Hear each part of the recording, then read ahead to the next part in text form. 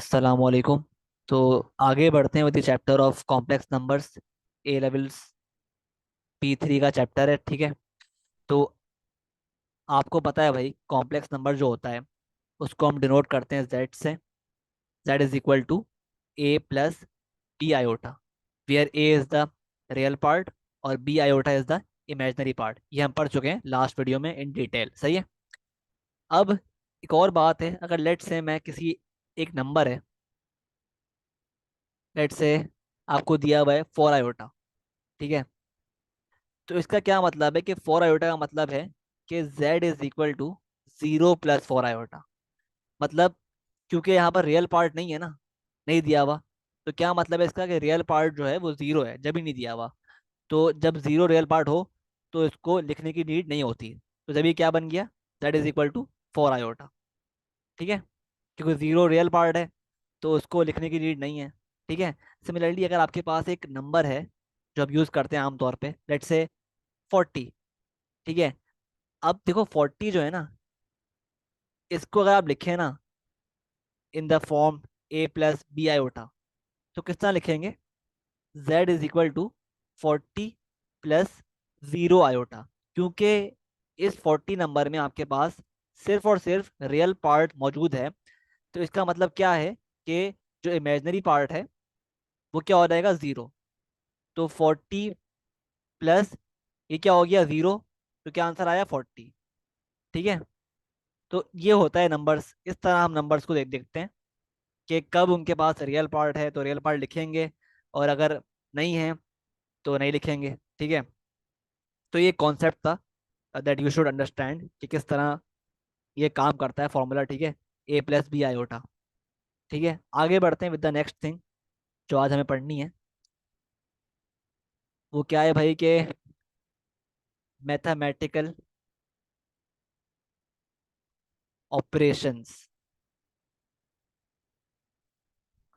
Of complex numbers, ठीक है। तो स्टार्ट करते हैं with the very first mathematical operation, जो कि है एडिशन ऑफ कॉम्प्लेक्स नंबर्स। तो हम कॉम्प्लेक्स नंबर्स को किस तरह ऐड करते हैं ये हम सीखेंगे इसमें। तो लेट से मेरे पास दो कॉम्प्लेक्स नंबर्स हैं।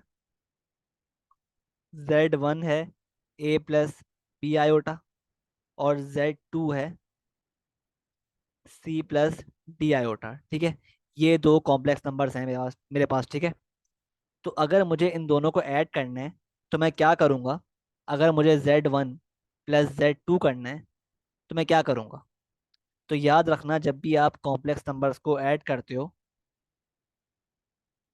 तो उनके रियल पार्ट को, जब भी आप दो कॉम्प्लेक्स नंबर्स को ऐड करते हो ना, तो उनके रियल पार्ट को ऐड करोगे विद द रियल पार्ट, और उनके इमेजनरी पार्ट को ऐड करोगे विद द इमेजनरी पार्ट। अब देखो मेरे पास, खुद देखो यहाँ पर Z1 का जो रियल पार्ट है कौन सा है, A, और Z2 का जो रियल पार्ट है कौन सा है, C। तो मैं क्या करूँगा, a + c। यहाँ मैंने क्या किया, रियल पार्ट को ऐड कर दिया with the real part, plus बीच में आएगा, और साथ ही आप इमेजनरी पार्ट को ऐड कर दोगे विद द इमेजनरी पार्ट। तो ये हो जाएगा p + d आयोटा, ठीक है। क्योंकि आयोटा कॉमन है, सही है, तो आपने आयोटा को बाहर ले लिया, ठीक है। तो a + c + p + d iota, ये आपका आंसर होगा। इस तरह आप एडिशन परफॉर्म करोगे ऑफ द कॉम्प्लेक्स नंबर्स, ठीक है। एग्जाम्पल देख लेते हैं। तो लेट्स से मेरे पास एक एग्जाम्पल है, Z1 = 3 + 2 आयोटा, और एक और कॉम्प्लेक्स नंबर है Z2 5 + 5 आयोटा। तो अगर मुझे इनको ऐड करना है, क्या करूँगा, Z1 + Z2 क्या हो जाएगा। तो Z1 + Z2 होगा मेरे पास, मैं 3 + 2 आयोटा प्लस 5 + 5 आयोटा। मैं क्या करूँगा, इनको ऐड करने के लिए सिंपली मैं रियल पार्ट को ऐड कर दूंगा विद द रियल पार्ट, ठीक है। तो बेसिकली आप इसको क्या क्या करो, एक काम करो, पहले ब्रैकेट्स को खोल लो।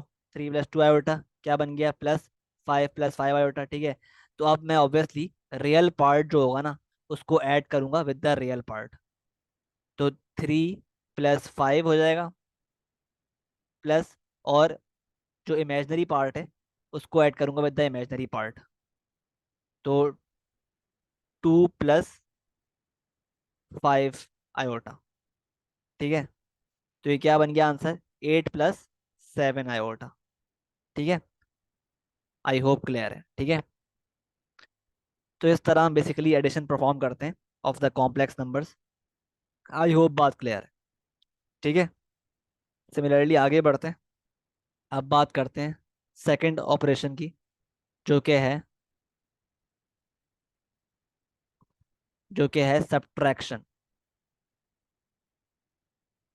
Of the complex numbers.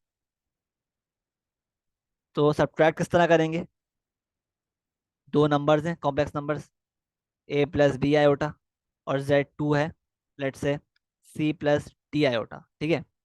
अब सब्ट्रैक्ट करने के लिए अगेन वही रूल फॉलो होगा, लेकिन इस बार क्या होगी, सब्ट्रैक्शन, कि हम क्या करेंगे, z2 - z1 करने के लिए हम जो है ना, a + b iota minus c + d iota करने के लिए, ठीक है,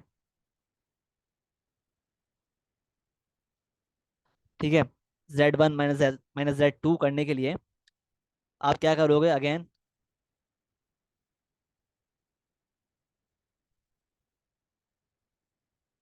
इसको खोल लो ब्रैकेट को पहले, -c - d आयोटा हो गया। अब याद रहे कि आप जो है रियल पार्ट को करोगे subtract with the real part. तो ये क्या हो गया, a - c, और साथ ही आप क्या करोगे, obviously you will subtract the imaginary part with the imaginary part. तो b आयोटा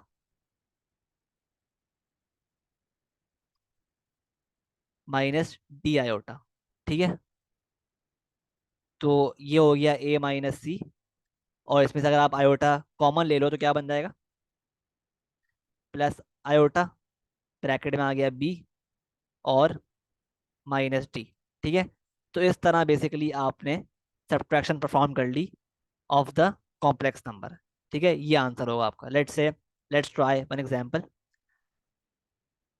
ताकि बात पूरी क्लियर हो जाए, कि z1 अगर मेरे पास लेट्स से 4 + 5 आयोटा है, और z2 मेरे पास 3 + 2 आयोटा है, तो इनकी अगर मुझे सब्ट्रैक्शन करनी है, कि अगर मुझे z1 - z2 करना है, तो z1 क्या है, 4 + 5 आयोटा, माइनस z2 क्या है, 3 + 2 आयोटा। तो ये क्या हो जाएगा, 4 + 5 आयोटा -3 - 2 आयोटा, ठीक है। अब obviously I will subtract the real part with the real part, मतलब 4 - 3, ठीक है। और I will subtract the imaginary part with the imaginary part. बस ये आपको याद करना है कि रियल पार्ट होगा subtract with the real part, और इमेजनरी पार्ट सब्ट्रैक्ट होगा विद द इमेजनरी पार्ट। तो 5 iota +5 iota will be subtracted from -2 iota, ठीक है। तो ये क्या बन गया, 1 + 5 - 3 क्या होता है, 5 - 2 क्या होता है, 3, 1 + 3 आयोटा, ये आपका आंसर आ गया। आई होप क्लियर है। तो इस तरह हम सब्ट्रैक्शन परफॉर्म करते हैं of the complex numbers. I hope clear है, ठीक है। अब आगे बढ़ते हैं और बात करते हैं एक और चीज की, नंबर 3, इक्वल कॉम्प्लेक्स नंबर्स।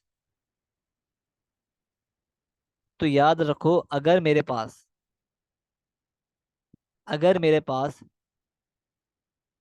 दो कॉम्प्लेक्स नंबर्स हैं, z1 लेट से 2 + a +3 माइनस बी आयोटा है, और Z2 क्या है, आपको दिया हुआ है क्वेश्चन 5 + 7 आयोटा।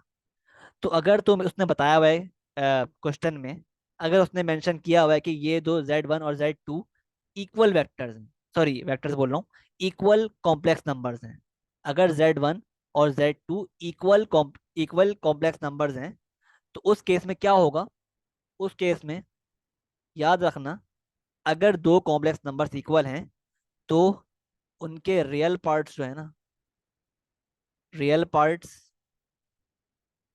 आर इक्वल, और उनके imaginary parts are equal as well. तो मतलब क्या हुआ, अगर Z1 और Z2 जो हैं real vectors, sorry equal vectors हैं, और हमें ए और बी की वैल्यू फाइंड करनी है, तो हम क्या, अगर उसने बताया हुआ है कि इक्वल वेक्टर्स हैं, तो हम क्या करेंगे, जो Z1 का रियल पार्ट है ना, उसको इक्वेट कर देंगे with the real part of Z2, क्योंकि दोनों के रियल पार्ट्स क्या हैं, इक्वल। तो हम क्या करेंगे, ए निकालने के लिए हम 2 + A को इक्वेट कर देंगे with the real part of Z2 जो कि 5 है। तो इससे मेरा मेरे पास ए आ गया जो कि आ रहा है 3। सिमिलरली अगर हमें बी निकालना है, तो क्योंकि हमारे पास Z1 और Z2 रियल वेक्टर्स हैं, तो इसका मतलब क्या हुआ कि their imaginary parts will be equal, मतलब 3 - B iota is equal to 7 iota. ठीक है, तो 3 - B iota is equal to 7 iota. तो आयोटा आयोटा कैंसिल हो गया, क्या बचा, 3 - B इज इक्वल टू 7। तो बी मेरे पास आ गया -4। चेक कर रहे हो, तो ये है concept of equal complex numbers. ठीक है, आई होप अभी तक कुछ कंफ्यूजन नहीं है, कोई कॉन्सेप्ट में आपके मसला नहीं है, ठीक है, हो रहा। तो ये था concept of equal complex numbers, I hope यहाँ तक क्लियर है।